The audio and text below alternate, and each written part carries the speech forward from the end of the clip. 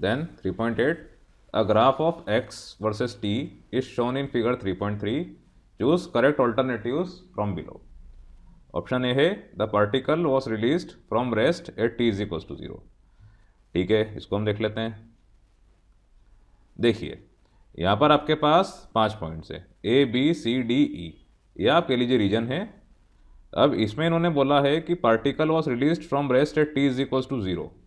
अब T is equal to 0 किधर होगा? अगर आप इस पॉइंट को देखें तो ये सीधा सीधा आ रहा है वाई एक्सिस पे. वाई एक्सिस पे एक्स की सारी चीज़ें 0 होती है, तो ये टी इज इक्वल टू 0 है. और इसके बाद अगर आप देखें ध्यान से, तो ये जो ए है, ये जो रीजन आ रहा है, इसमें जो ग्राफ है वो कैसा है? स्ट्रेट. स्ट्रेट है मतलब it is parallel to x axis.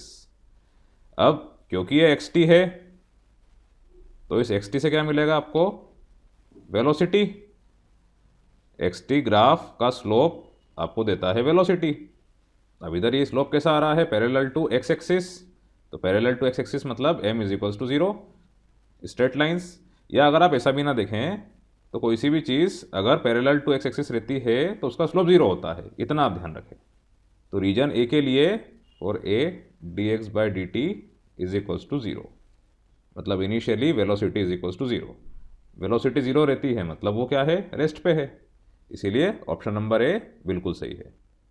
और अगर आपको समझने में थोड़ी प्रॉब्लम हो रही है तो उसको ऐसा ध्यान रखिए आप, अगर आप यहाँ पे एक्स टी ग्राफ प्लॉट कर रहे हैं और ये इस तरह से बन रहा है, a line parallel to x axis, तो वेलोसिटी आपकी क्या होती है? Final position minus initial position upon time. तो इधर जैसा कि इसको अगर मैं लेता हूँ 4, जो नंबर आपको अच्छा लग रहा है वो ले लीजिए, तो ये इधर भी 4 होगा, इधर भी 4 होगा. एक्स की वैल्यू इन तीनों पॉइंट में 4 ही होगी. तो final position 4 minus initial position 4 upon change in time. अभी टाइम आप मान लीजिए t इज इक्वल्स टू 0, इसको मान लीजिए t इज इक्वल्स टू 2. तो ये 2 माइनस 0, इसका तो कोई मतलब नहीं है, ऊपर ही 0 आ गया. तो 0 बाय 2 मतलब 0, तो वेलोसिटी 0 हो गई. उसी तरह से अगर आप इस इंस्टेंट के लिए लेते हैं t इज इक्वल्स टू 2, इसको मान लीजिए t इज इक्वल्स टू 4, तो ये क्या हो जाएगा? अगेन 4 माइनस 4 अपॉन 4 माइनस 2, मतलब वेलोसिटी 0. ठीक, एक बार फिर जो मैथमेटिक्स वाले स्टूडेंट हैं उनके लिए समझना आसान है, जो मैथमेटिक्स वाले नहीं हैं उनके लिए भी समझना आसान है, अगर आपने यूनिफॉर्म नॉन यूनिफॉर्म ग्राफ की स्टडी करी है तो. ठीक, चलिए अब इसके बाद at B the acceleration a is greater than 0. अब आप देखिए आपका जो बी रीजन है ये भी कैसा है? अ स्ट्रेट लाइन, लगभग लगभग एक स्ट्रेट लाइन आ रही है which is parallel to x axis. तो यहाँ पर भी क्या है? आपकी वेलोसिटी 0 है, D x by d T 0 है. तो जब वेलोसिटी 0 है तो एक्सेलरेशन पॉजिटिव नहीं हो सकता है. वेलोसिटी बढ़ती हुई होती तो समझ में आता, पर यहाँ पे वेलोसिटी सरासर 0 हो रही है, तो इसीलिए ये नहीं होगा. A is not greater than 0. Then at C the velocity and acceleration vanishes, ये भी बिल्कुल सही है. एक बार फिर सी पे आप देखिए थोड़ा सा कैसा आ गया? स्ट्रेट आ गया. Again parallel to x axis, तो यहाँ पे भी v इज इक्वल्स टू 0. अब जब v इज इक्वल्स टू 0 है तो आपका एक्सेलरेशन भी वैनिश हो जाएगा, तो ये बिल्कुल सही है. वेलोसिटी एक्सेलरेशन दोनों के दोनों वैनिश हो रहे हैं. और अगर आप इसको ऐसे भी समझें कि b से c तक आने में ऑब्वियसली आपका स्लोप चेंज हो रहा है.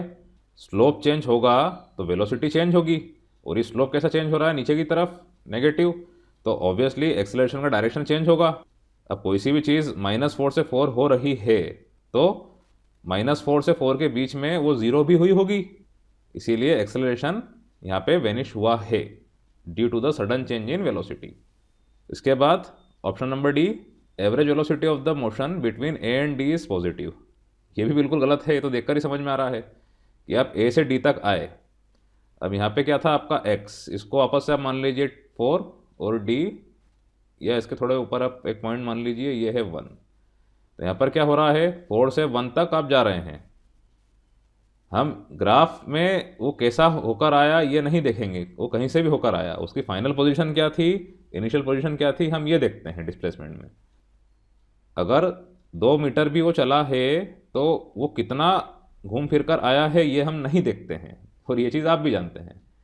तो इधर क्या हुआ, फाइनल पोजीशन आपकी क्या थी, 1 पे थी लगभग, तो 1 minus 4 upon time T2 minus T1, ये तो हमेशा पॉजिटिव होता है, लेकिन ये 1 माइनस 4 में क्या हो गया, ये नेगेटिव मिल गया आपको क्योंकि ये कम हुआ।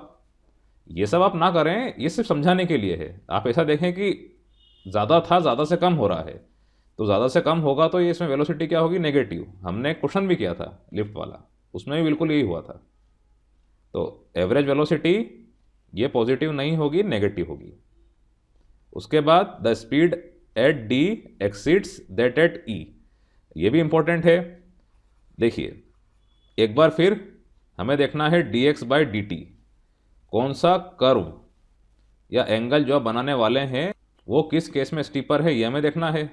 अब आप देखिए इसमें डी में अगर आप इसका स्लोप बनाते हैं तो थोड़ा ऐसा कुछ जा रहा है ये, और ई में बनाते हैं तो थोड़ा ऐसा जा रहा है। तो ऑब्वियसली जो डी वाला स्लोप है ये ज़्यादा स्टीपर है एज़ कम्पेयर टू ई, ज़्यादा शार्प है, तो इसकी वैल्यू ज़्यादा है। आप ये मत सोचिएगा कि नीचे की तरफ जा रहा है, नेगेटिव है। उन्होंने बोला है स्पीड, स्पीड में आप क्या देखते हैं, ओनली मैग्नीट्यूड। ओके, इसीलिए क्योंकि डी का स्लोप स्टीपर है as compare to E, speed at D E से ज़्यादा होगी, तो इसमें ई वाला भी सही है। तो इसके आंसर्स होंगे ए, सी और ई।